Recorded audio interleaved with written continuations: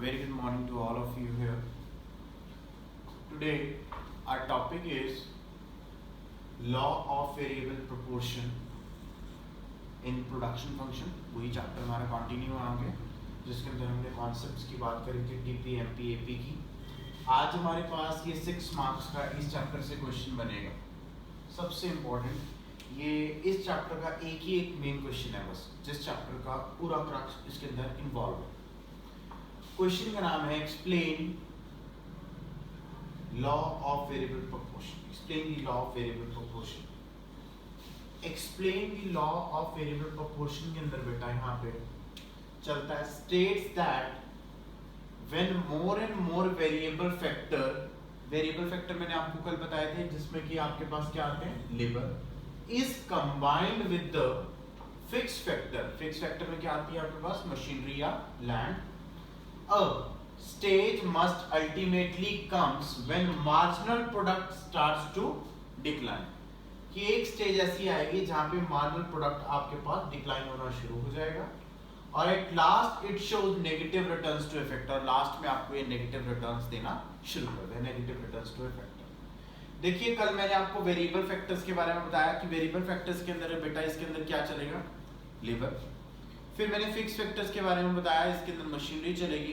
फिर मैंने आपको टोटल फैक्टर्स के बारे में बताया कि हमारे पास फैक्टर्स क्या हैं, लैंड, लेबर, कैपिटल, एंटरप्रेन्योर. फिर मैंने आपको कॉन्सेप्ट पे आया कि टीपी, एमपी, एपी है क्या. सबसे पहले बेटा इस टोटल प्रोडक्ट और मार्जिनल प्रोडक्ट के बारे में बताना चाहिए. Unit of land, unit of labour, TP, MP क्या लिया है मैंने. सबसे पहले इस टेबल को ध्यान से देखो, उसके बाद ये क्लैरिफाई ज्यादा होंगी दोनों चीजें. टेबल में लैंड ले ली, मेरे पास लैंड है 1 हेक्टेयर, 1 बीघे, एक किला जमीन है. हिंदी भाषा में बात करूंगा, 1 किला जमीन है. 1 टाइम्स लिख लिया मैंने. ये टेबल को याद रखना आपने. Done, 8 times. Unit of labour ली मैंने 1 2 3 4 5 6 7 8. हमने 7 और 8 लेबर लगाई 1 हेक्टेयर लैंड पे, 8 लेबर. जब आप 1 लेबर लगा रहे थे तो आपको 2 की प्रोडक्शन में 5 9 देखो इंक्रीजिंग हो रही है. जब आपने 4 लगाई तब 12 की, 5 लगाई 15 की, 6 लगाई तो 15 की, देखो इंक्रीजिंग रिटर्न आ रहा है आपको 6 तक. बट जब 7वीं लेबर लगाई तो आपको 15 की रिटर्न आई, टोटल प्रोडक्ट आपका 15 का निकला. और 8वीं लेबर लगाई तो 14 का रिटर्न आया, नेगेटिव. यहाँ टोटल प्रोडक्ट 14 हो गया. मींस हमने देखना क्या होता है, देखना मार्जिनल प्रोडक्ट होता है बेटा. मार्जिनल प्रोडक्ट के अंदर क्या चलता है, अगर लैंड 1 हेक्टेयर है और यूनिट ऑफ लेबर 1 है तो मार्जिनल प्रोडक्ट 2 आया. फिर हमारे पास मार्जिनल प्रोडक्ट कितना है, 3 4. ये आ गया हमारे पास इंक्रीजिंग रिटर्न्स टू फैक्टर कि पहले 3 पॉइंट्स पे 3 जब लेबर लगाई तो मार्जिन आपको अच्छा आ रहा था. जब आपने 4 से 6 लेबर लगाई तो आपके पास मार्जिन 3 2 1 होना शुरू हो गया. ये कैसे समझाया था मैंने मार्जिन कि टोटल प्रोडक्ट का फॉर्मूला बताया था यहाँ समीशन ऑफ एमपी, और एमपी का फॉर्मूला बताया था मैंने आपके पास टीपी में से n में से टीपी की n-1. ये दो फॉर्मूला डिक्टेट कर रहे थे आपको इसमें. इन दो फॉर्मूलाज के अकॉर्डिंग बेटा 2 का 2 5 में से 2 गया, 3 बेटा 9 में से 5 गया, 4 बेटा 12 में से 9 गया, 9 3 बेटा 14 में से 12 गया, 2 बेटा 15 में से 14 गया, 1. तो ये हमारे पास मार्जिनल प्रोडक्ट आ गई कि मतलब मार्जिनल प्रोडक्ट यहाँ पे डिक्लाइन हो रहा है. जब 15 में से 15 गया 0, ये हमारे पास मैक्सिमम पोजीशन आती है. और जब 14 में से 15 गया तो -1, ये हमारे पास नेगेटिव रिटर्न्स टू फैक्टर मिलने शुरू हो गए. तो यहाँ पे यही बोल रहा है कि law of variable proportion state that when more and more variable factor, this is labour is a variable factor, is combined with the fixed factor, a stage must ultimately comes when marginal product starts to decline. देखिए starts to decline, it show maximum position, at last it show negative returns to a factor. That's it. ये हो गया हमारा law of variable proportion. Done. अब हमारे पास इसकी assumptions आती हैं बेटा. assumption में फर्स्ट assumption का नाम है ratio in which factor of production combined can be change. कि इसके अंदर रेशियो ऑफ फैक्टर प्रोडक्शन है वो चेंज कर सकते हैं. ऐसा हो सकता है. Ratio in which factor production are combined can be change. Unit of variable factor are homogeneous. जो वेरिएबल फैक्टर है वो होमोजेनियस है, ठीक है. और state of technology does not change. क्या टेक्नोलॉजी भी चेंज नहीं हो सकती. ये 3 असम्पशन लेके चल रहे हैं हम इसके अंदर, क्योंकि लॉ एंड लॉ तो असम्पशन बेसिस पे रहता है. ये 2 पॉइंट क्लियर हो गया. तीसरा शेड्यूल क्लियर हो गया. चौथा ये फॉर्मूलाज क्लियर हो गया. पांचवा पॉइंट हमारे पास आता है बेटा यहाँ पे डायग्राम, आपने एक्स एक्सिस पे यूनिट ऑफ लेबर लेना, वाई एक्सिस पे टोटल प्रोडक्ट लेना है। इसी के बिल्कुल पैरेलल आपने एक्स एक्सिस पे यूनिट ऑफ लेबर लेना है, वाई एक्सिस पे आपने मार्जिनल प्रोडक्ट लेना है। आप चाहो तो इसको पॉइंट के थ्रू भी ले सकते हैं कि यूनिट ऑफ लेबर आपके पास 8 है, आप 8 लेबर यहाँ ले लो, 8 लेबर यहाँ ले लो, इक्वल गैप पे, बिल्कुल 1 यहाँ तो 1 यहाँ, 2 यहाँ तो 2 यहाँ, बिल्कुल इक्वल गैप पे। टोटल प्रोडक्ट आपके पास 14 आई है, दो के गैप पे 14 ले लो। अगर मार्जिनल प्रोडक्ट आपके पास मैक्सिमम 4 आई है, 1 2 3 4, यहाँ पे 4 ले लो, डन।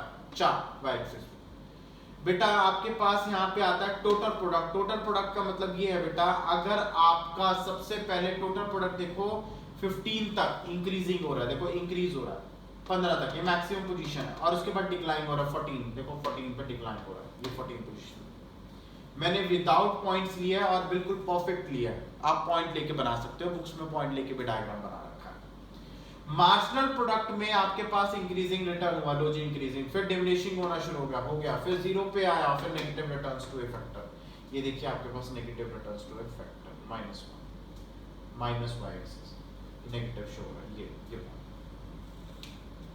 अब आपके पास ये दो पॉइंट्स आएंगे, एक कट आएगा 3 पे, ये देखो 3 पे cut, first increasing returns to a factor, ये फर्स्ट स्टेज आ गई। दूसरा कट सीधा हमारे पास आएगा बेटा 0 पे, 7th पोजीशन पे, जहां पे 0 मैक्सिमम रिटर्न आ रहा है, ये हमारे पास डिमिनिशिंग रिटर्न होगी, ये हमारे पास नेगेटिव रिटर्न होगी 7th पॉइंट, ये हमारे पास 3 रिटर्न होगी। और जो हमारे पास फर्स्ट रिटर्न का ये जो पॉइंट आएगा, इसको इन्फ्लेक्शन पॉइंट बोलते हैं। It is a point of inflection, जो इन्फ्लेक्ट करता है, दो स्टेजेस को बांटता है, इंक्रीजिंग के बाद डिमिनिशिंग को, डिमिनिशिंग के बाद नेगेटिव रिटर्न्स। और ये हमारे पास मैक्सिमम पोजीशन होगी जहां पे 15 और 15 लाई कर रहा है। ये हमारे पास टेबल के बाद हो गया डायग्राम। अब हमने टेबल और डायग्राम जो बनाया है, इसको एक्सप्लेन करना है। इसको एक्सप्लेन करने के लिए आपको क्या करना पड़ेगा, सबसे पहले 3 स्टेजेस लिखनी पड़ेंगी ऐसे। तीनों स्टेजेस के अंदर आपको फर्स्ट स्टेज पे लिखना पड़ेगा कि यूनिट ऑफ आपने लैंड लिया है 1 हेक्टेयर, फर्स्ट टू 3 यूनिट, यहाँ पे आप देखो जान के मैंने खाली छोड़ा, मैं आपको सिखाने के लिए, first to 3 units of labour TP आपने पूरा लिखना है increasing, MP starts to increasing. फिर बेटा 4 to 6 unit of labour TP starts to increase, MP starts to decline, this is called diminishing return, this is called increasing return. फिर बेटा at 7th position of labour, 7th position पे TP is 15, MP 0, which shows maximum position. और यहाँ पे TP जब 8 आया तो MP आपके पास -1 आया, which shows क्या शो करता है यहाँ पे, नेगेटिव रिटर्न्स, कि आपके पास नेगेटिव रिटर्न शो करता है। 7th और 8th यूनिट ऑफ लेबर पे आपके पास जब हमारा टीपी डिक्लाइन होना शुरू हुआ तो MP also starts to decline, it show negative returns to a factor. ये आपने एक्सप्लेन करना पूरा 6 मार्क्स के अंदर, 2.5 पेज कंज्यूम हो जाएगा इसमें एटलीस्ट।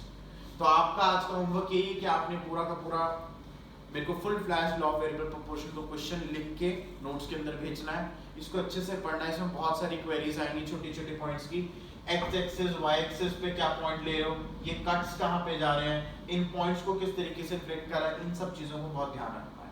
आपने इसमें असम्पशंस में 3 पॉइंट्स कौन से लिए हैं, इसकी डेफिनेशन कैसे बनी, शेड्यूल कैसे बना, शेड्यूल में आपको ये टीपी याद रहना चाहिए बस, 2 5 9 12 14 15 15 14 मींस 259। हमारे पास टोटल प्रोडक्ट याद है तो मार्जिनल प्रोडक्ट निकल जाएगा। क्योंकि ध्यान रखना एक मेन पॉइंट और, लॉ वेरिएबल प्रोपोर्शन के पॉइंट में, लॉ वेरिएबल प्रोपोर्शन के पॉइंट में बेटा टीपी और एमपी बनता है, एपी नहीं बनता। यहाँ पे एवरेज प्रोडक्ट निकाला हुआ है, वो एक नॉर्मल क्वेश्चन अलग बन सकता है, relationship between TP MP AP, but यहाँ पे एपी नहीं बनाना है। इसमें लॉ वेरिएबल प्रोपोर्शन में टीपी और एमपी के रिलेशन से हमारा वेरिएबल प्रोपोर्शन के बारे में पता लगता है। ठीक है, आज के लिए इतना ही बेटा।